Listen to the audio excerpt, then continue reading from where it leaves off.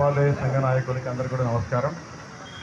2003 DSC teachers forum తరఫున ఏర్పాటు చేసినటువంటి ఈ ధర్నా కార్యక్రమానికి ఓల్డ్ పెన్షన్ పునరుద్ధరించాలని కోరుతూ చేస్తున్నటువంటి ఉద్యమానికి ఆర్సీవీ పక్షాన్ని సంపూర్ణ మద్దతు తెలియజేస్తున్నాను. ఒక ఉద్యోగి 25 ఏళ్ళు 30 ఏళ్ళు కొందరైతే 40 ఏళ్ళు కూడా సర్వీస్ చేసేటటువంటి సీనియర్లు ఉన్నారు.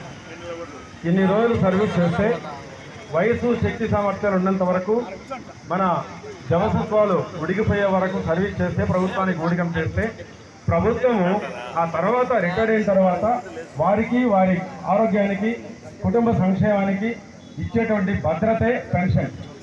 అటువంటి పెన్షన్ ఒక్కరికి కాదు పనిచేసిన అందరికీ ఇవ్వాల్సినటువంటి అవసరం ఉంది. అయితే దురదృష్టవశాత్తు ప్రభుత్వాలు ఎలా తప్పించుకోవాలో బాగా నేర్చుకుంటున్నాయి. ఓపీఎస్ ఇవ్వండి అంటే సిపిఎస్ పెట్టారు, అది వద్దండి అంటే ఎన్పిఎస్ అని ఇంకోటి పెడతారు. ఇందాక మిత్రుడు చెప్పాడు యూపీఎస్ అని. పేర్లు మారుతున్నాయి తప్ప అన్యాయం మాత్రమే జరుగుతూ ఉంది.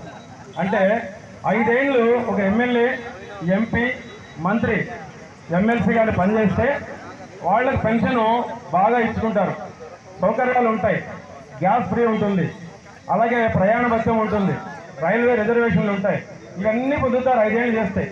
కానీ 40 ఏళ్ళు 30 ఏళ్ళు సర్వీస్ చేస్తే మాత్రం పెన్షన్ ఇవ్వడానికి చాలా ఇబ్బందికరమైనటువంటి సన్నివేశం. ఇది శోచనీయం.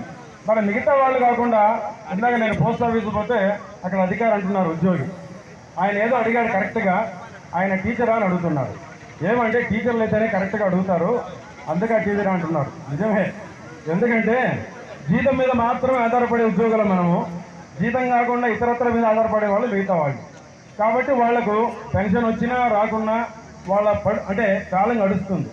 మనం రిటైర్ అయిన తర్వాత ఆరోగ్య సమస్యలు కానీ కుటుంబ ఇతరత్ర సమస్యలు కానీ కేవలం జీతం మీద ఆధారపడి బతుకుతాం. కాబట్టి మనం దీన్ని కోరుకోవడంలో తప్పులేదు, అడగాల్సిన హక్కు ఉంది. కానీ ప్రభుత్వాలు దాటవేత ధోరణితో ఇంకోటి ఏమంటే మన సమస్యలు ఎంత ఎక్కువ ఉంటే అవన్నీ ప్రభుత్వాలకు ట్రంప్ కార్డులు, ఆ కార్డులను ఉపయోగించి ప్రభుత్వ అధికారంలో రావడానికి హామీలు ఇస్తుంది. వచ్చాము ఇప్పుడే కదా, ఇంకా కాలం ఉంది, చూస్తాం చేస్తాం, 4 ఏళ్ళు 3 ఏళ్లలో పెద్ద సమస్యలు వేరేటి పెడితే ఈ సమస్య మర్చిపోతాం. చివరికి వచ్చిన తర్వాత చేయాలనుకున్నాం, సాంకేతిక కారణాల వల్ల కమిటీ వేసినాం, అది రిపోర్ట్ ఇవ్వలేదు సరైన కాలంలో అని తప్పించుకుంటారు. ఇవ్వాలనుకుంటే మాత్రం రాత్రికి రాత్రే పిఆర్సీలు ఇంకా ఏమైనా ఇస్తారు. ఏదైనా అంటే వాళ్లకు అనుకూలంగా ఉంటే ఇవ్వడానికి సంకోచం లేదు, కానీ ఇబ్బందికరంగా ఉంటే ముఖ్యంగా ఆర్థిక పరిసరాలు బాగలే ఉంటారు, పరిస్థితులు బాగలే ఉంటారు. సరే, ఇంతమంది ఉద్యోగులు ఇక్కడ ఒక చిన్న విషయం లాజిక్ మర్చిపోతున్నారు. చాలామంది అధికారులు మేధావులు అందరూ కూడా చాలా సంస్కరణలు, విద్యలో గొప్ప విషయాలు, పథకాలు పెడుతున్నారు. ప్రస్తుతం మన విద్యాశాఖ కమిషనర్ గారు ఇక్కడే కలెక్టర్గా పనిచేస్తే 3.5 సంవత్సరాలు ఆయన దగ్గర నేను పనిచేశాను. వాళ్ళ మనస్తత్వం ఎలా ఉంటుందంటే మనం పనిచేసే వరకు, ఇన్స్పైర్ చేసే వరకు, అలాగే మనకు పథకాలు నికచ్చి నిజాయితీ ఆనెస్టీ అన్నీ చెప్తారు. కానీ సమస్య వచ్చినప్పుడు మాత్రం మా మీద లేదు, అధికారులకు నిర్ణయించాం, లేదా పాలసీ మ్యాటర్ అది ప్రభుత్వాలు తీసుకోవాలంటారు. ఇలాంటి పరిస్థితుల్లో మనం ఉన్నాం. కాబట్టి ఉద్యమము కేవలం క్షేత్రస్థాయిలో ఉద్యమం చేయడంతో పాటు, ఇందాక ఒక మిత్రుడు అన్నాడు 2003 కాదు వేరే మిత్రుడు, ఏంది ఇల్లు పొద్దుగునుకులు ఏదో ఒక సమస్య చెప్తూ ఉంటారే, ఏది 2003 వాళ్ళకి ప్రత్యేకంగా ఏం సమస్య వచ్చింది అన్నాడు. అంటే ఆయనకి సమస్య పట్ల అవగాహన లేదు. 2003 వాళ్ళకు నోటిఫికేషన్లు ఇచ్చారు, తర్వాత డినై చేశారనే విషయం ఆయన తెలియదు. అంటే మనకు మాత్రమే సంబంధించిన విషయాలు మనం ఇచ్చేస్తున్నాం.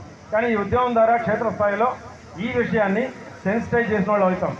అలాగే మీడియా ద్వారా ఇంకా అన్ని సంఘాల యొక్క సమన్వయంతో మరి రాజకీయ నాయకుల దృష్టికి, పాలకుల దృష్టికి, మన ఎమ్మెల్సీలు కానీ మంత్రులు కానీ ఎవరు వచ్చినా కూడా వారందరికీ కూడా రిప్రజెంటేషన్ ఇవ్వడం ద్వారా సమస్యను ఎక్కువ హైలైట్ చేస్తే వీళ్ళు ఏందో పొద్దుగునుకులు ఈ విషయం మాట్లాడుతున్నారని ప్రభుత్వం దృష్టి పెట్టే అవకాశం ఉంది. కాబట్టి ఆ దిశగా ఉద్యమాన్ని అన్ని రంగాల్లో కూడా విస్తరించాలని చెప్పేసి నిర్వాహకులు కోరుతున్నాను.